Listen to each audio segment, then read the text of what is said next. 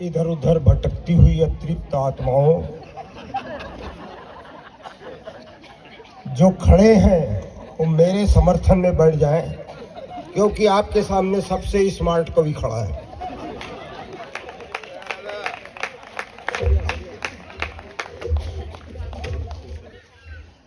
ये चाय वाला जो है ना, ये देख रहा था कि कब ये खड़ा हो तो मैं दोबारा चाय लाऊं।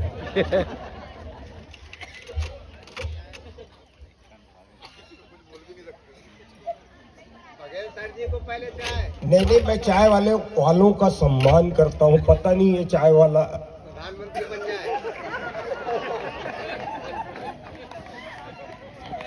ये सफर जौनपुरी संचालन कर रहे हैं। सफर जौनपुरी और अमरीश पुरी और काशीपुरी हम लोग सगे भाई थे। नहीं, आप लोग हंस रहे हैं यार। अगर यकीन ना हो तो जाके अमरीश पुरी को पूछ सकते हैं। हमारा परिचय जब भी दिया जाता है गलत ही दिया जाता है। हाँ, यहां भी गलत दिया गया। दरअसल हमारे पिताजी, हमारे मतलब मेरे सेपरेट, साधु प्रकृति के थे, इसलिए भरी जवानी में संन्यास धारण कर लिए, लेकिन जीवन की संध्या काल में गृहस्थ आश्रम की ओर लौट आए और उसके बाद जो होना था वो काशीपुरी कुंदन ही होना था। लिहाजा आपकी सेवा में सरकारी हैंडपंप की तरह हाजिर हूं। ये फोटो क्यों खींचा जा रहा है मेरे को अच्छी तरह से मालूम है। ये ड्रीम सिटी वालों के षड्यंत्र के तहत ये फोटो खींचा जा रहा है। कारण षड्यंत्र इसलिए कह रहा हूं, ये फोटो अभी खींच रहे हैं, कल ये पेपर में छपेगा यही पेपर, यही फोटो, फिर उसके बाद परसों आप लोग उसी पेपर में भजिया खा के फेंक देंगे तो उसको कुत्ता चाटेगा, तो आप लोग बोलेंगे देखो काशीपुरी कुंदन को कुत्ता चाट रहा है। कभी लोग आप लोगों को बहुत परेशान किए हैं कि बोले ताली बजाइए, ताली बजाइए, ताली। अरे मैं ये कहता हूँ, क्या ड्रीम सिटी के लोग ताली बजाने वाले जैसे दिखते हैं? मैं ये सब नहीं कहने वाला हूँ, कारण मेरे को अच्छी तरह से मालूम है जो मेरी कविता के लिए ताली नहीं बजाएगा वो अगले जन्म में घर घर बजाएगा।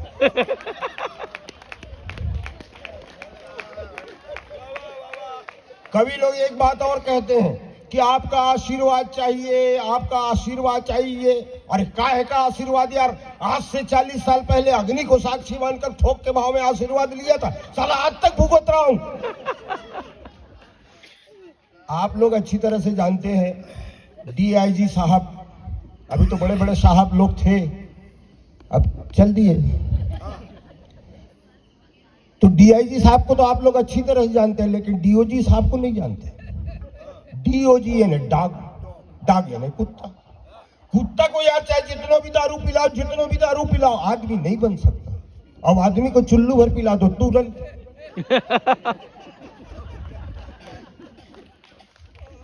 मैं जान रहा हूं कई लोग ना गुटखा खा रहे हैं, पान खा रहे हैं, हंस नहीं पा रहे हैं। वो बोल रहे थे ना ब्यूटी पार्लर से आए नहीं तो क्या फाउंडेशन गिर जाए करके, कि ये गुटखा वालों को भी यही होता है, पूरा शर्ट जो है वो रंग स्टमेन कलर हो जाता है अगर हंस दो तो। अभी पिछले दिनों मैं इलाहाबाद गया कवि सम्मेलन में, मैंने वो काम से नहीं गया था इलाहाबाद, जो काम आप लोग समझ रहे हैं।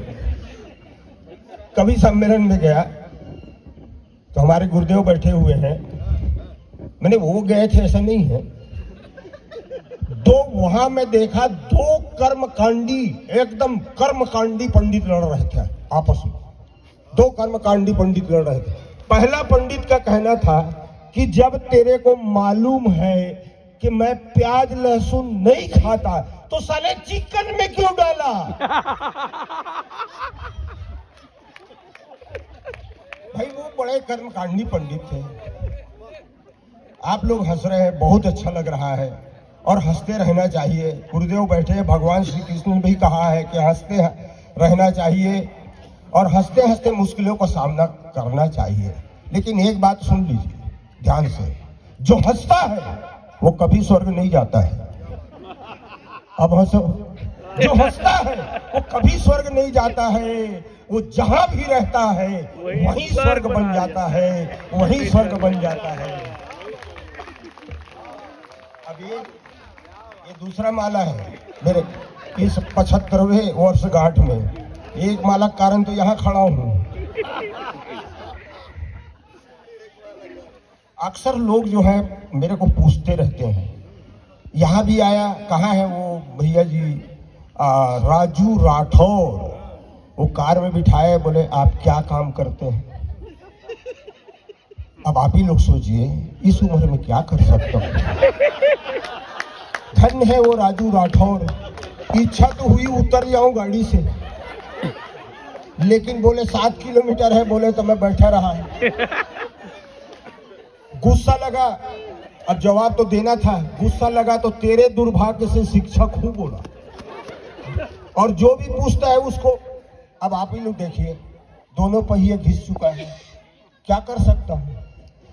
इंजन से भी धुआं निकलता है, चौखटा हर घंटे टेंटिंग बेंडिंग मांगती है, तो गुस्सा में कह देता हूं कि तेरे दुर्भाग्य से शिक्षक हो।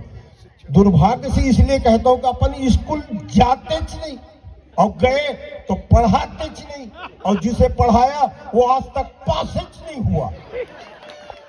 अब आप लोग सोच रहे होंगे अच्छा हुआ साला ये हमारे स्कूल में नहीं रहा, नहीं तो स्कूल के यार भट्ठा बिठा देता। दरअसल वो बात नहीं है मित्रों। पिछले दिनों मैं पेपर जांच रहा था, एक पेपर यार एकदम कोरा, आखिरी में एक लाइन लिखा था, तेरे बाप में ताकत है तो पास करके बता। हमने तुरंत पास कर दिया, कारण बाप की इज्जत का सवाल था।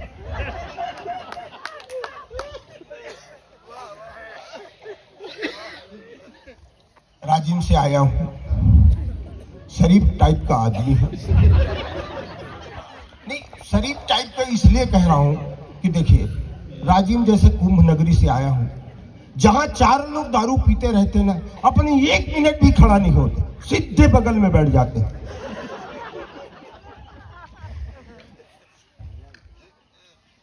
एक महामंत्र सुन लीजिए। ऐसे तो माताएं बहनें बैठी हुई हैं और कई लोग मेरे को यार नाश्ता कराए, चाय पिलाए, लेकिन उससे ज्यादा प्रश्न किए। बाकी लोगों से नहीं पूछते थे, बोले दादा आप ही बड़े, आप ही बताओ। एक जने तो पूछ दिया कि बोले ऐसा संसार में कोई चीज है जो बिगड़ने के बाद शुरू होती है। बता, इतना कठिन यक्ष प्रश्न, बिगड़ने के बाद कोई चीज शुरू हो सकती है क्या, बताइए।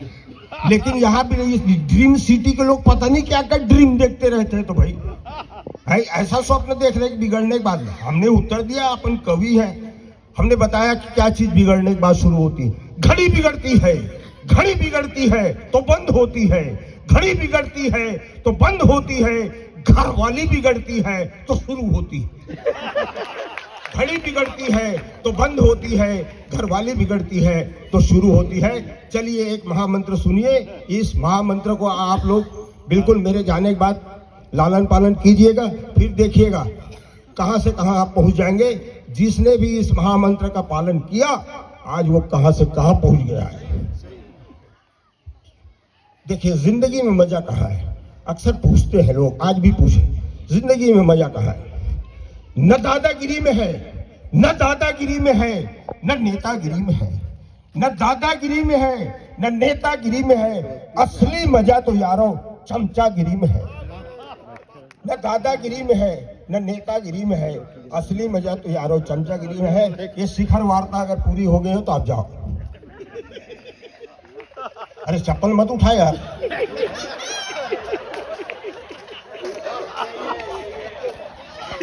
अच्छा, मैं ड्रीम सिटी वालों का बहुत आभारी हूं। मैं जैसे ही आके बैठा ना शुरू में, तो एक सज्जन क्या बोले, अभी कवि लोग ऊपर जाएंगे। अरे मैं बोले, मैं सोचने लगे साला कवि लोग ऊपर चल गए थी, कविता कौन पढ़ेंगे। फिर गए ऊपर दूसरे लोग, वो लोग आज अभी नहीं है। चलिए एक कविता सुनिए। ये कविता मैं अपने ऊपर, मतलब पुरुषों के ऊपर व्यंग है सर। साहब लोग, आप लोग नाराज मत होइएगा, पुरुषों के ऊपर है। मतलब मैं अपने ऊपर, भाई आप लोग चाहो तो मेरे को भी पुरुष समझ सकते हैं। मैं अपने ऊपर लिखा हूं और माताओं बहनों के ये पक्ष में है। हाँ, मैं लड़ाई करने के लिए नहीं आया हूं आपस में। होता क्या है, हम पुरुष वर्ग के लोग, ये मनोवैज्ञानिक कविता है, साइकोलॉजिकल इफेक्ट देख। किसी भी बेटिया आप लोग अच्छी तरह से अनुभव किए होंगे, जानते हैं हम लोग तो साले भुक्खड़ लोग हैं। पुरुष वर्ग किसी भी परेशान युवती को देखते हैं तो मदद करने के लिए ज्यादा उतावले नजर आते हैं, यानी कि हमारी सहयोगात्मक भावना ज्यादा उबाल मारने लगती। मैडम कुछ नहीं कह रही है लेकिन मरे जा रहे हैं साले, ये कर दूं मैडम, वो कर दूं मैडम। और वहीं पे कोई मेरे जैसा बुढ़ऊ मर भी रहा है ना तो क्या कहता है, छोड़ना यार उसका टाइम आ गया है। बस इसी भावना पर केंद्रित है ये कविता। आप लोगों को इस कविता में 3 in 1 का आनंद मिलेगा। ये हास्य से प्रारंभ है, व्यंग्य में विकास है और करुणा में अंत है। देखिएगा, कविता सुनिएगा। एक आए दिन एक्सीडेंट होता रहता है और कोई लड़कियां फंस जाती है, हमारी बेटियां जो है कॉलेज में, और फिर कैसे कैसे लोग पहुंचते हैं वहां। वैसी भीड़ जुटी हुई है, खूंखार टाइप की खूबसूरत युवती। भाई खूबसूरती का वर्णन है भाई, अपन बैंक के कवि हास्य में क्या लिख सकते हैं भाई, ऐसी तो लिख सकते हैं। खूंखार टाइप की खूबसूरत युवती स्कूटर पर कॉलेज जा रही थी। स्कूटर नई थी इसलिए एक्सीलेटर ज्यादा दबा रही थी। जैसे ही चौराहे का मोड़ आया, एक बूढ़ा देहाती स्कूटर से जा टकराया। टक्कर जरा ज्यादा ही जोरदार थी इसलिए स्कूटर उलट गई, लड़की गिर गई, किताबें बिखर गई और उस बूढ़े देहाती की जोड़ की हड्डी उतर गई। अचानक वहां पर भीड़ आ जुटी भारी। बूढ़े की तरफ कोई नहीं गए, सबने की लड़की की तरफ दारी। एक हीरो टाइप लड़के ने, समझ लो मेरे जैसे, एक हीरो टाइप लड़के ने पहले पुस्तकें संभाली, फिर बूढ़े को दी भद्दी गाली। साले मरने के लिए चला आता है, हम लोगों का अधिकार चुराता है। अगर तुझे मरने की थी इच्छा दिली तो कोई क्या स्कूटर वाली बुढ़िया नहीं मिली। जा यहां से जल्दी भाग जा, अगर दोबारा नजर आएगा तो लड़की पीछे बैठी होगी, बंदा खुद स्कूटर चलाएगा। दूसरा दृश्य देखें मित्रों, एक अधेड़ व्यक्ति ने स्कूटर उठाते हुए कहा, लगता है बुढ़ा साला पिया है, देखो तो बेचारी का मेकअप किस कदर खराब कर दिया है, पता नहीं जिंदा है या मर गया साला, ब्रांड न्यू स्कूटर को खरोचों से भर डाला। एक बूढ़े व्यक्ति ने युवती की गाल से धूल पोंछने के लिए हाथ बढ़ाते हुए कहा, फिकर मत कर बेटी, हम तेरे काम आएंगे। वारे साले आसाराम के रिश्तेदार, फिकर मत कर बेटी, हम तेरे काम आएंगे। बूढ़े को कब्रिस्तान और तुझे अस्पताल पहुंचाएंगे। तू रॉन्ग साइड में भी होकर बिल्कुल सही है, सारा कसूर इस बूढ़े का है, तेरा कुछ भी नहीं है। युवती ने हाथ झटकते हुए कहा, रहने दीजिए, मैं खुद जा सकती हूँ, रहने दीजिए, मैं खुद जा सकती हूँ, मैं पुलिस कप्तान की बेटी हूँ, ऐसे कई बुढ़े खा सकती हूँ। झटके से उसने स्कूटर चालू की और फुर हो गई। सारी भीड़ उसकी खूबसूरती की चर्चा में खो गई। हर किसी के होठ पर स्कूटर लड़की और कप्तान की बात थी। हर किसी के होठ पर स्कूटर लड़की और कप्तान की बात थी। सहानुभूति की सारी औपचारिकताएं उस बूढ़े के साथ नहीं, जवानी के साथ थी।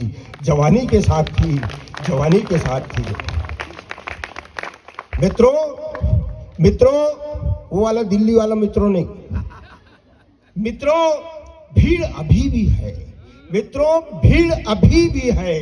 हर आदमी अपने अपने ढंग से घटना पर बातें कर रहा है। मित्रों भीड़ अभी भी है, हर आदमी अपने अपने ढंग से घटना पर बातें कर रहा है। और उस बीच चौराहे में आज भी वह बूढ़ा देहाती तड़पते हुए मर रहा है। भीड़ अभी भी है, हर आदमी अपने अपने ढंग से घटना पर बातें कर रहा है। और उस बीच चौराहे में आज भी वह बूढ़ा देहाती तड़पते हुए मर रहा है। अगर किसी के मन में सच्ची सहानुभूति है, तो उसी चौराहे पे खड़ा हुआ पत्थर का गांधी है। दुर्घटनाग्रस्त बूढ़ा है आम आदमी, और वो लड़की आजादी है।